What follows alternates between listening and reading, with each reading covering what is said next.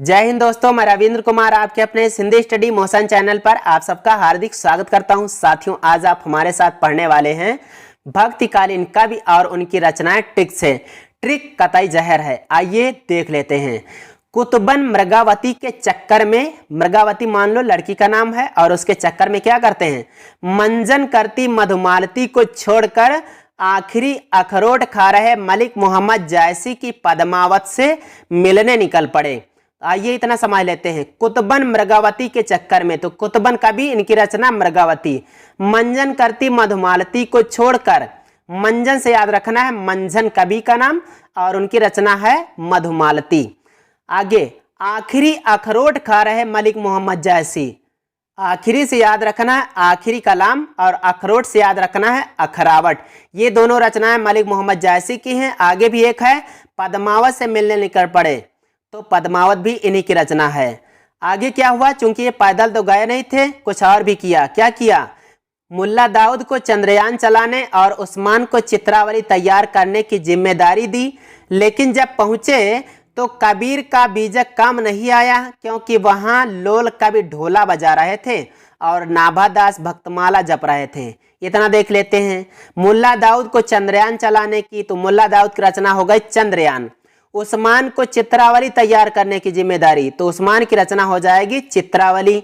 आगे, कबीर का बीजक काम नहीं आया, कबीर की रचना बीजक है। लेकिन वहां हुआ क्या, वहां लोल कवि ढोला बजा रहे थे, तो लोल से याद रखना है कल्लोल कवि का नाम, और उनकी रचना ढोला से याद रखना है ढोला मारू रा दूहा। इस प्रकार से कल्लोल कवि की रचना हो जाएगी ढोला मारू रा दूहा। और नाभादास भक्तमाला जप रहे थे, तो नाभादास की रचना यहाँ पर भक्तमाला से याद रखना है भक्तमाल। आइए इतना फिर से क्लियर कर लें। कुतुबन मृगावती के चक्कर में, यानी कुतुबन की रचना मृगावती। मंजन करती मधुमालती को छोड़कर, मंजन की रचना मधुमालती। आखिरी अखरोट खा रहे मलिक मोहम्मद जायसी की पद्मावत से मिलने निकल पड़े, तो आखिरी कलाम अखरावट, और मलिक मोहम्मद जायसी की एक और रचना पद्मावत। इस प्रकार से इनकी रचनाएं तीन हो गई। आगे बताया गया मुल्ला दाऊद को चंद्रयान चलाने, मुल्ला दाऊद की रचना चंद्रयान बताया गया। उस्मान को चित्रावली तैयार करने की जिम्मेदारी, तो उस्मान की रचना हो गई चित्रावली। और कहा गया कबीर का बीजक काम नहीं आया, कबीर की रचना हो गई बीजक। लोल कवि ढोला बजा रहे थे, यानी कल्लोल कवि की रचना ढोला मारू रादुहा। नाभादास की रचना भक्तमाल। ये इतने क्लियर हो गए। आइए आगे बढ़ते हैं। इसी बीच मीराबाई पदावली के बहाने नरसी जी का मायरा गाती हुई रसखान के पास पहुंची। उस समय वे प्रेम वाटिका में बैठे दानलीला कर रहे थे। इतना देखते हैं। मीराबाई पदावली के बहाने नरसी जी का मायरा गाती हुई, तो पदावली और नरसी जी का मायरा, ये दोनों रचनाएं मीराबाई की हो गई। रसखान के पास पहुंची, तो वे रसखान क्या कर रहे थे, प्रेम वाटिका में बैठे दानलीला कर रहे थे। तो रचनाएं हो गई यहाँ पर दोनों, यानी प्रेम वाटिका और दानलीला रसखान की। आगे क्या हुआ, और सबकी क्या बात करें, सूरदास सूर सागर में साहित्य लहरी का मजा ले रहे थे। ये कौन बतला रहे हैं, कुतुबन जी ही बतला रहे हैं, क्योंकि उनके ऊपर बीती है ना। तो इन्होंने कहा कि सूरदास सूर सागर में साहित्य लहरी का मजा ले रहे थे, तो सूरदास की रचनाएं हो जाएंगी सूर सागर और साहित्य लहरी। दोस्तों, इनकी एक और रचना है जिसका नाम है सूर सारावली।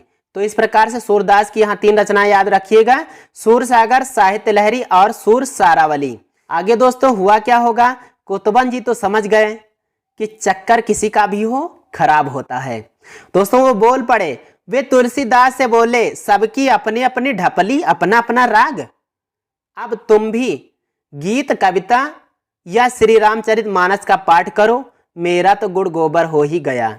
तो यहाँ तुलसीदास जी से बोले थे कि अपनी अपनी ढपली, अपना अपना राग में सभी मस्त हैं, इसलिए तुम गीत कविता श्री रामचरित मानस, यानी गीत से याद रखना है गीतावली, कविता से याद रखना है कवितावली, और श्री रामचरित मानस अगली तीसरी रचना हो जाएगी। तो यहाँ पर इतना फिर से क्लियर कर लेते हैं।